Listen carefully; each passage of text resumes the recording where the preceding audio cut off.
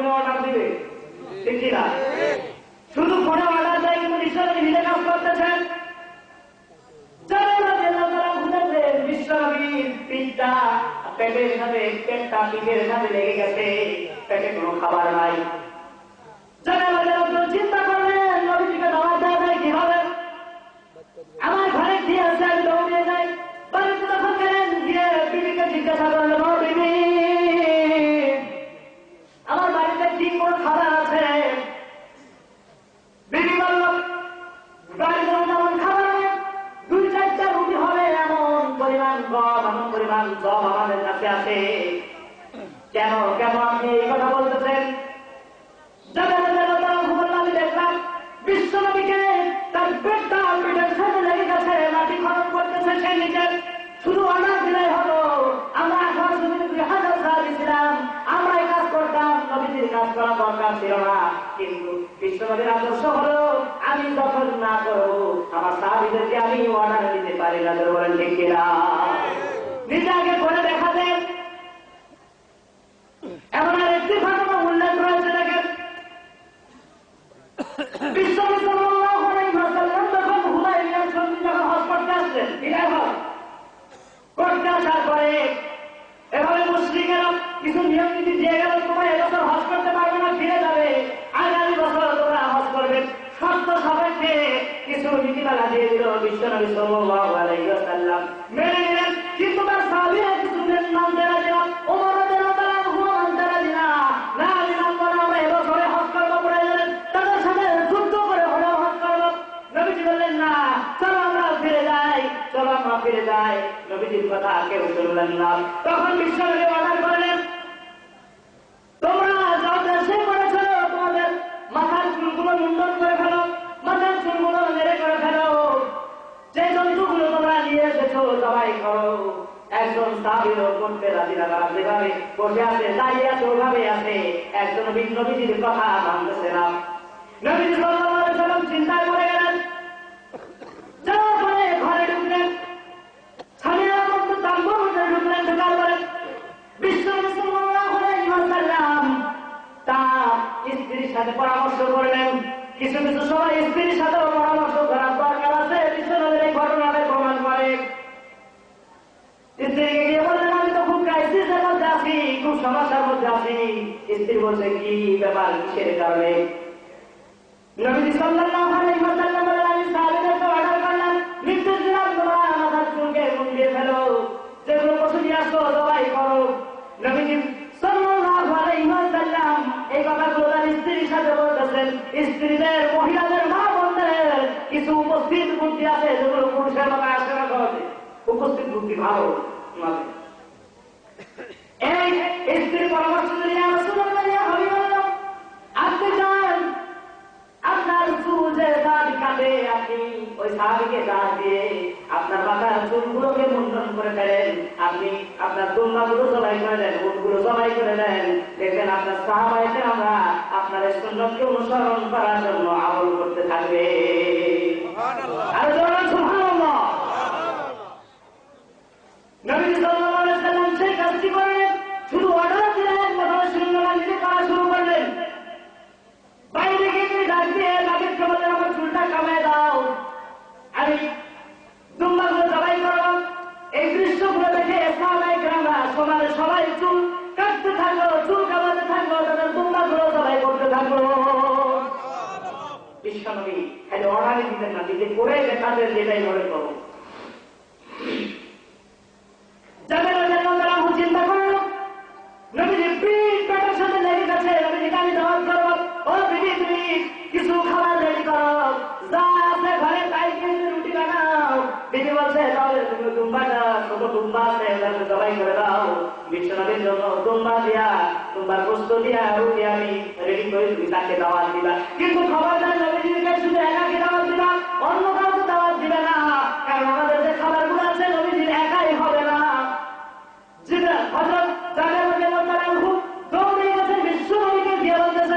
আস্তে আস্তে আপনাকে আমি দাওয়াত দিলাম, আপনার অবস্থা দেখে খুব করুন, আপনি মনে হয় অনেক কয়েকদিন থেকে খাবার খাননি, তারপরে মাটি খনন করতেছেন, আপনার অনেক কষ্ট হচ্ছে, তো বুঝতে পারছি, কিন্তু আমার বাড়িতে তেমন পর্যাপ্ত খাবার নাই, অন্যান্য সাহাবীকে আমি দাওয়াত দিতে পারি না, শুধু আপনাকে দাওয়াত দিলাম, নবীজিকে দাওয়াত দিলাম, আপনি অবশ্যই আজকে দুপুরবেলা আমার বাড়িতে খাবার খাবেন। এই কথা যখন বলছেন বিশ্বনবী সাল্লাল্লাহু আলাইহি ওয়াসাল্লাম বললেন, ঠিক আছে, তোমার দাওয়াত কবুল করলাম। কারণ দাওয়াত দিলে দাওয়াত কবুল করা এটা মুসলমানদের 6টা হকের মধ্যে একটা হক। দাওয়াত দিলে কবুল করতে হবে, জানাজা দেখলে তার জানাজায় গিয়ে দাফন করতে হবে, দেখা হলে সালাম দিতে হবে, এগুলো মুসলমানদের হক। ঠিক না? বিশ্বনবী সাল্লাল্লাহু আলাইহি ওয়াসাল্লাম দাওয়াত কবুল করলেন। দুপুরবেলা যখন হয়ে গেছে, নবীজি সকল সাহাবীদেরকে ডাক দিয়ে বললেন, প্রায় 2000 সাহাবী,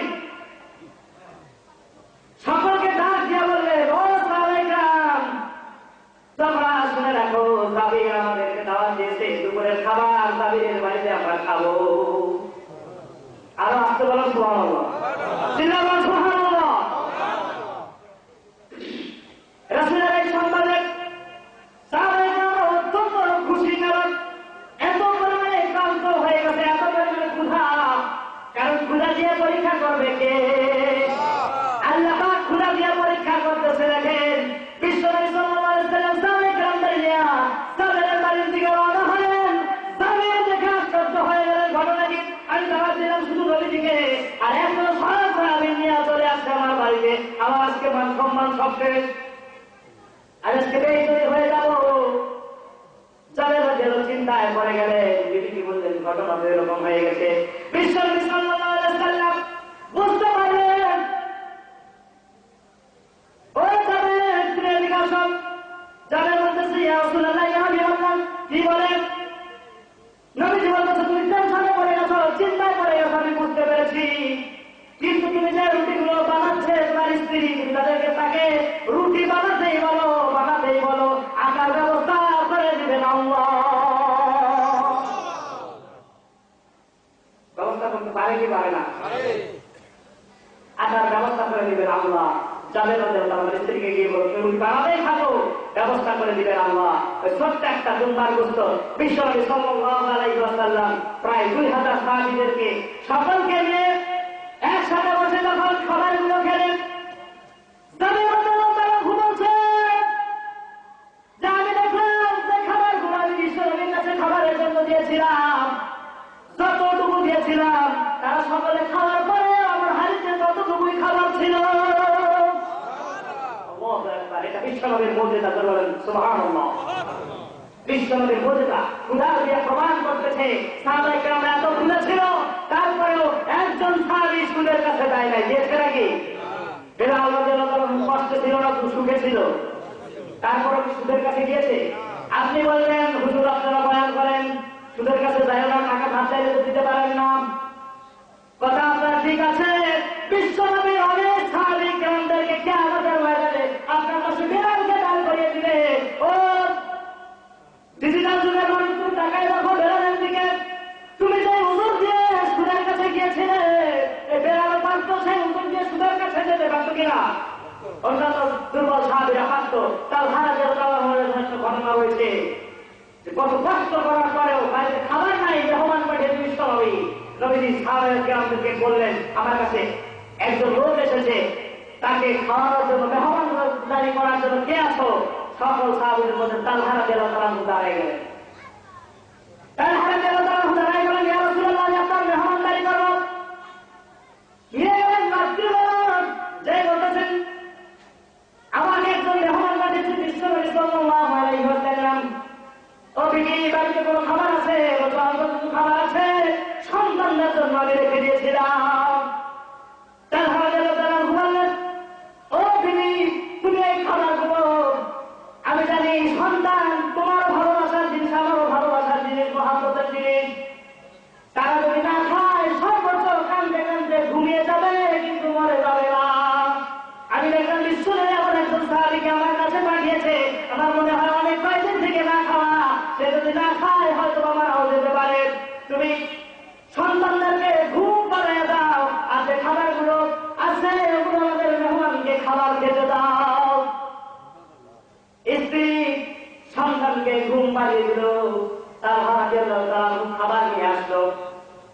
বিশ্বনবীর মেহমানের সামনে খাবার দিল, দেওয়ার পরে বললেন খান, খাওয়া শুরু করেন।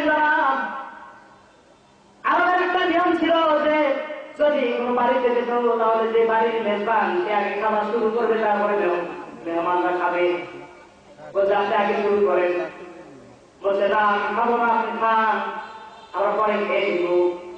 তার হাতে মতালাম হু করত মানতে রাজিলাম। তার হাতে মতালাম হু তখন বাড়তেই যে বাকি আলোটাকে নিভিয়ে দিলেন। কোন কোন কিতাবের মধ্যে আছে আলোটাকে কম করে দিলেন, নিভিয়ে দিলেন, অথবা পাশের ঘরে চলে গেলেন, গিয়ে তিনি খাবারের ভান করলেন আর মেহমানকে পুরো খাবার খাওয়াই দিলেন। সকালবেলা যখন ফজরের নামাজে গিয়েছেন, বিশ্বনবী একদম তুমি গতকাল রাত্রে আমার কাছে পছন্দ হয়ে গেছে। বলছি ইয়া রাসূলুল্লাহ কি আমল করেছি? বলছে আমি যে তোমাকে মেহমান পাঠিয়েছিলাম, ওই মেহমানের সাথে তুমি যে আচরণ করেছো, যত সুন্দর আচরণ করেছো, নিজে না খেয়ে, সন্তানকে না খায়, স্ত্রীকে না খায়, মেহমানকে খাবার দিয়েছো, এটা আল্লাহর কাছে এত পছন্দনীয় হয়ে গেছে, যার কারণে আল্লাহ পাক রব্বুল আলামিন, আল্লাহ পাকের আরশে আযীম তোমার উপরে সন্তুষ্ট হয়ে গেছে। ক্ষুধা আর ভয়কে এভাবে পরীক্ষা করবেন, এরপরেও হারামের দিকে যাওয়া যাবে। আল্লাহ পাক বললেন যদি তোমরা মুমিন হও তাহলে সুদ ছেড়ে দাও, আর যদি তোমরা এই কাজ করো যদি তোমরা এটা ছাড়তে না পারো তাহলে প্রস্তুত থাকো আল্লাহর সাথে রাসূলের সাথে যুদ্ধ করার জন্য। নাউজুবিল্লাহ বলবেন না? আল্লাহ এবং আল্লাহ রাসূলের সাথে যুদ্ধ করার শক্তি পৃথিবীতে আর কারো আছে? কথা বলেন আছে? তাহলে রাসূলের সাথে আল্লাহর সাথে যুদ্ধ করার কথা বলা হচ্ছে। হাদিসের মধ্যে আসছে যদি কোন ব্যক্তি সুদ খায় তাহলে এই লোকটা এত পরিমাণ গুনাহ, মায়ের সাথে জিনা করার গুনাহ তার আমলনামায় উঠবে। কোন পাগল আছে যে মায়ের সাথে জিনা করবে? আছে? 36টা মেয়ের সাথে জিনা করে গেছে, গুনাহ হবে। 1 টাকা সুদ খাইলে সেই গুনাহ হবে। আপনারা বলতেছেন আমরা সুদ খাই না, আমরা সুদ নেই, গুনাহ কি কম না বেশি? একই। বিশ্বনবী বললেন যে সুদ খাবে, যে সুদ দিবে, যে সুদের সাক্ষী হবে, যে ওইটা দলিলপত্র করে লিখবে, সবার উপরে আল্লাহর অভিশাপ। নাউজুবিল্লাহ বলেন। আমরা তো আজকে ব্যাংকার জামাই যদি পাই মেয়ের জন্য খুব খুশি হই, তাই না? মেয়ের জন্য জামাই দেখতেছি, জামাই কি করে? ব্যাংকার, ব্যাংকে চাকরি করে, খুব খুশি। ব্যাংকে চাকরি করে, গাড়ি বাড়ি কোনো কিছুর অভাব হবে না। কিন্তু বলেন তো আপনি আপনার এই মেয়েটাকে কার হাতে তুলে দিলেন? এমন একজন ব্যক্তির হাতে তুলে দিলেন যে যতদিন ওই মেয়েকে ওই ছেলে খাওয়াবে ততদিন হারাম খাওয়াবে না হালাল খাওয়াবে? হারাম খাওয়াবে। আপনি যখন জামাই বাড়ি যাবেন হারাম খাবেন, আপনার মেয়েটাকে সারা জীবন হারাম খাওয়াবেন। আপনার আত্মীয় স্বজন সন্তান যারা আছে, যারা মেহমান হিসেবে তার বাড়িতে যাবে, তারাও হালাল খাবে না হারাম খাবে? নিঃসন্দেহে হারাম খাবে। সুতরাং আসুন আমরা আত্মীয়তা করতে হলে একটু জাস্টিফাই করে, একটু চিন্তা চেতনা করে, একটু ভালোভাবে সচেতন হয় কার হাতে আমি ছেলেটা তুলে যাচ্ছি।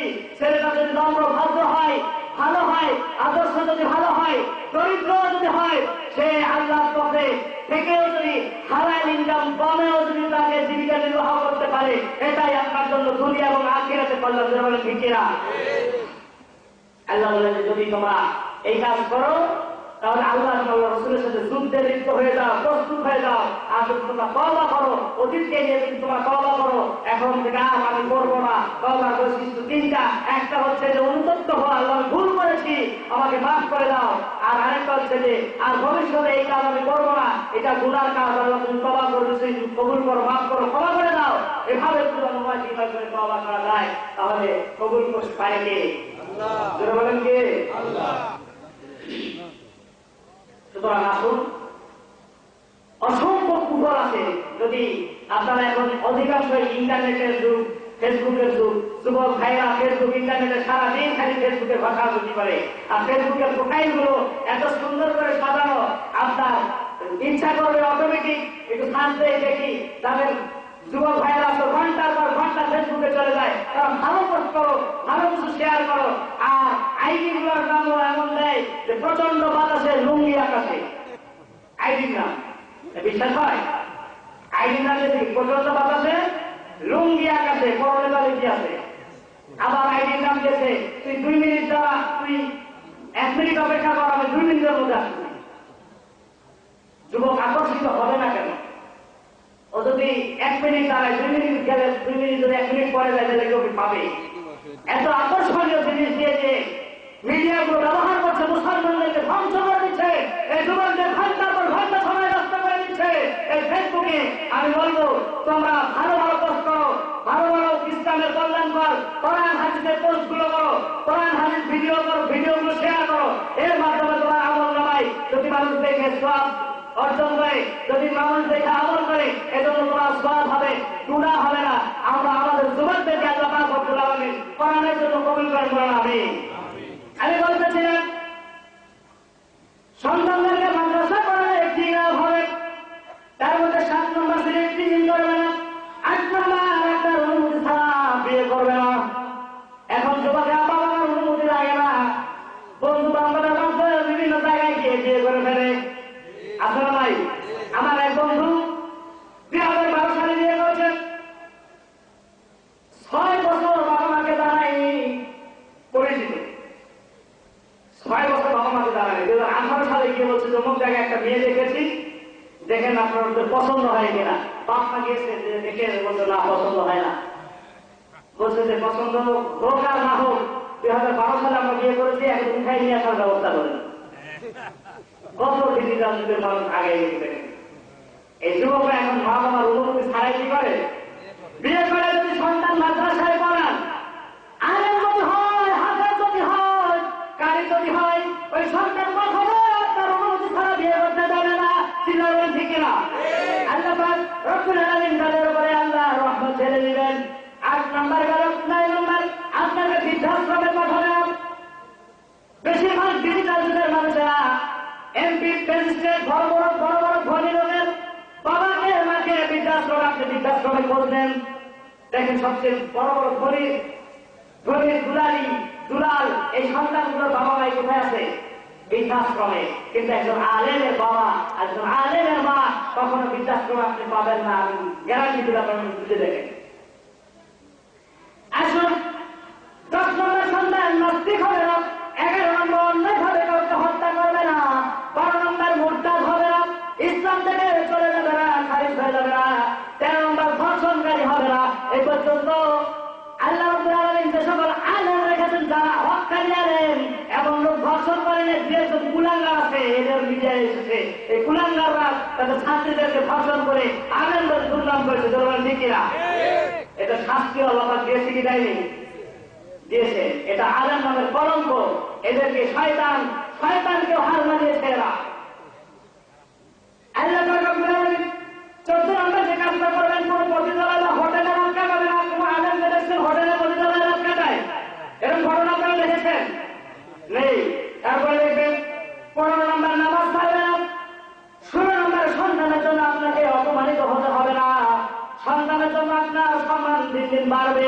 যদি আলেম বাড়ান সন্তানের জন্য, ওই বাবা মা সম্মান বাড়ে কি কমে? খালি দুনিয়ায় না, আখিরাতেও মর্যাদা দেখো। হঠাৎ করে একজন এক স্তর থেকে জান্নাতের আরো উচ্চ মাকাম পেয়ে যাবে, জিজ্ঞাসা করবে আমার তো কোনো আমল নাই, আমাকে এত সম্মান দেওয়া হলো কেন? ফেরেশতারা বলবে যে আপনার যে সন্তান দুনিয়ায় রেখে আসছেন, ওই যে সন্তানের কারণে আপনার মর্যাদা মহান আল্লাহ রাব্বুল আলামিন বাড়িয়ে দিয়েছে। বলেন সুবহানাল্লাহ। তারপরে 17 নম্বর, তার জন্য আপনাকে জেল খাটতে হবে না। কুলাঙ্গার সন্তানগুলোর জন্য বাবা মা অনেক সময় জেল খাটে কি খাটে না? খাটে। 18 নম্বর, আপনার জানাজা অন্য কাউকে পড়াতে হবে না। সন্তান যদি আলেম হয়, আপনার জানাজা অন্য কাউ পড়ানো দরকার আছে। একবার দাঁড়িয়েছে নামাজের জন্য, জানাজার সামনে বাবার লাশ, ইমাম সাহেব নামাজে যখন দাঁড়িয়েছে, নামাজ শেষ করার আগে যখন একটা দোয়া পড়ে, 4th তাকবীর, এই 4th তাকবীরের সময় 10 ছয় কান্নাকাটি শুরু করে দিয়েছে। নামাজ শেষে ডক্টরকে প্রশ্ন করলাম, আপনি কেন কাঁদলেন?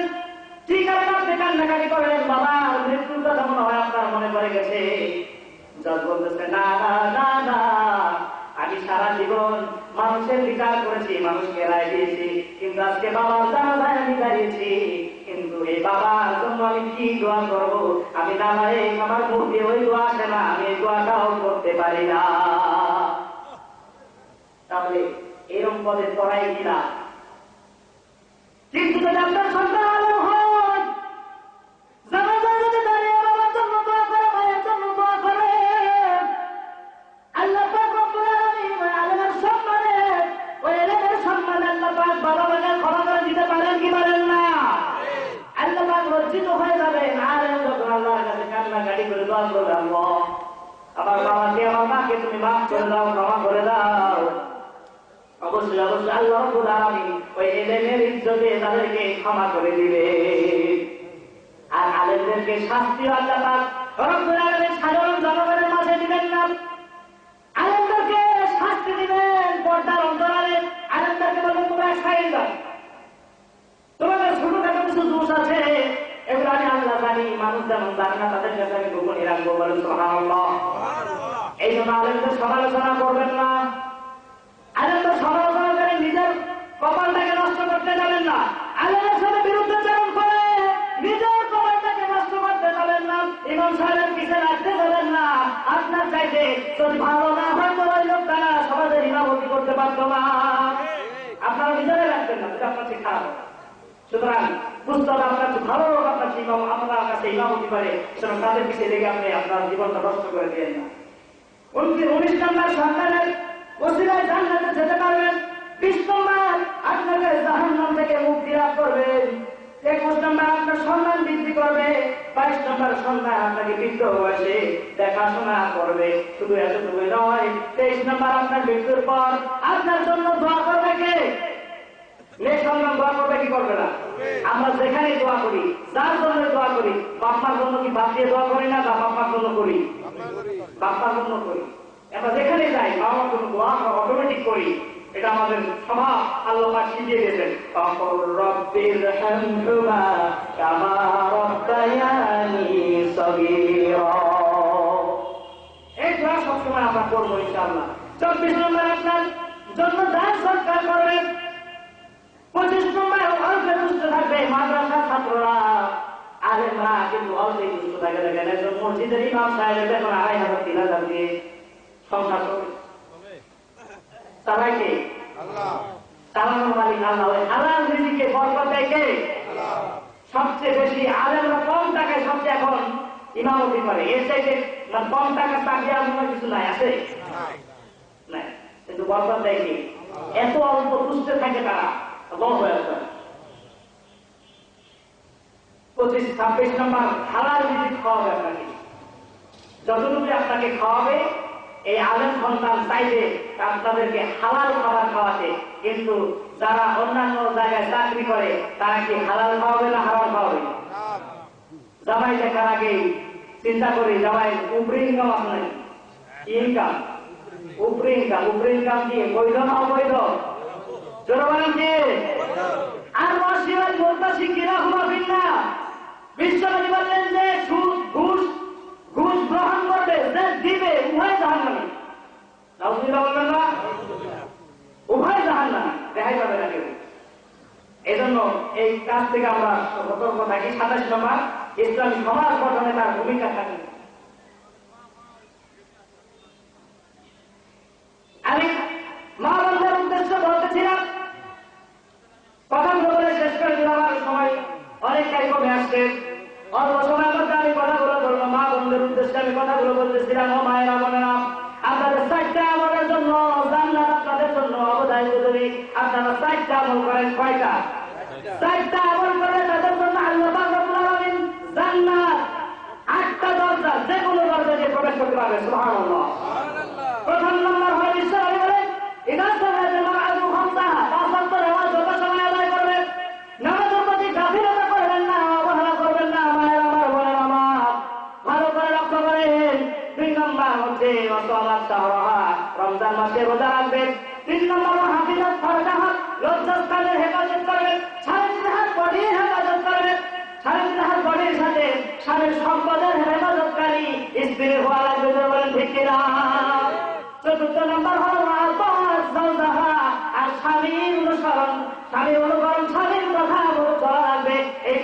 চাইতে বেশি কঠিন, বলেন ঠিক কিনা? নামাজ পড়া সহজ না কঠিন? সহজ। রোজা রাখাও সহজ। মামুনরা এমনি বেশি রোজা রাখে, তারা স্বামীর অনুমতি ছাড়া নফল রোজা রাখে, কিন্তু যে হাদিসে নিষেধ না, অনুমতি আছে। বিশ্বনবী বলেছেন কোন স্বামীর অনুমতি ছাড়া নফল রোজা রাখতে পারবে না, স্বামীর অনুমতি না রাখবে নফল রোজা রাখতে হবে। বিশ্বনবী আরো বলেছেন পৃথিবীতে তুমি মানুষকে কাউকে চিন্তা করার অনুমতি দিতাম, তাহলে আমি বিশ্বনবী বলতাম মেয়েরা যেন তার স্বামীদেরকে চিন্তা করে। কত গুরুত্ব! নামাজ পড়া সহজ, রোজা রাখা সহজ, কিন্তু লজ্জাস্থানের হেফাজত, শারীরিক হাত বডির হেফাজত করা কঠিন না সহজ? অনেক কঠিন। অনেক মা বোনের স্বামীরা বিদেশ থাকে, বাইরে থাকে, এই সুযোগে তারা পরকীয়ায় জড়িত হয়ে যায়। আজকে আমাদের সমাজে পত্র পত্রিকায় লিখে যায় পরকীয়ার ঘটনা কম না বেশি? অনেক বেশি। মা বোনেরা যারা যাদের স্বামী বাইরে আছে, বিদেশে থাকে, ঢাকায় চাকরি করে, বাইরে চাকরি করে, তাদেরকে বলছে আপনাদের সারাদিন হাত বডি পুরো দেহটাকে, শুধু লজ্জাস্থান নয়, পুরো দেহটাকে স্বামীর জন্য বরাদ্দ রাখা আপনার ইমানের দায়িত্ব। আর যে সকল যুবক ভাইরা বিয়ের পরে বিদেশে চলে যান, তাদেরকে পরামর্শ দিচ্ছি বিয়ের পরে বিদেশে যাবেন না। কারণ আপনি দান তাদের সংসারে শান্তির জন্য, ভালো কাজের জন্য, তারা ভালো থাকবে, সুখে থাকবে। কিন্তু এই সুযোগে এরা মা যদি মেয়ে হয়, ছেলে হয়, মা যায় মাজারে আর মেয়ে যায় বাজারে, সন্তানগুলো যায় বাজারে, খারাপ সন্তানদের সাথে মিশে পতিতালয়ে যায়, খারাপ জায়গায় গিয়ে মাও খারাপ হয়, মেয়েও খারাপ হয়, ছেলেও খারাপ হয়। জোর ঠিক কিনা?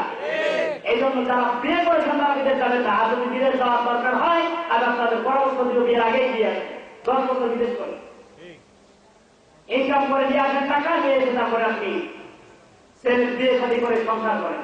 আপনার সংসারে সুখ দিবে কে? আল্লাহ। আল্লাহ।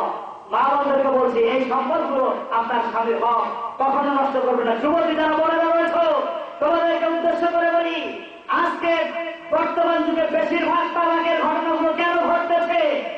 আমরা এর উপরে গবেষণা করেছি, গবেষণা করতেছে বিজ্ঞানীরা, কেন এত পরিমাণে তালাকের হার দিন দিন বাড়তেছে না কমতেছে? পরকীয়ার কারণে বাড়তেছে। এছাড়াও যে সকল যুবক জীবনেরা তাদের লজ্জাস্থানে তাদের সতীত্বকে রক্ষা করতে পারে না, তাদের কারণে তালাকের হার বেশি বাড়তেছে। 10,000, 5,000, ওই 10 টাকা 20 টাকার ফুচকা আর ওই চটপটি খাওয়ায় তোমাকে প্রেমের মধ্যে খারাপ প্রপোজাল দিয়ে খারাপ ভাবে তোমাকে নষ্ট করে, তোমার সতীত্ব নষ্ট করে। মাত্র সর্বোচ্চ 10 থেকে 20,000 টাকা তোমার পিছনে প্রেমিক নামক নম্বরটা খরচ করে, আর তুমি তার কাছে সতীত্ব বিক্রি করে দাও। অথচ লক্ষ লক্ষ কোটি কোটি টাকা তোমার পিছনে স্বামী খরচ করবে, তোমার সারা জীবনের কাপড় পোশাক খাবার দাবার ব্যবস্থা করবে।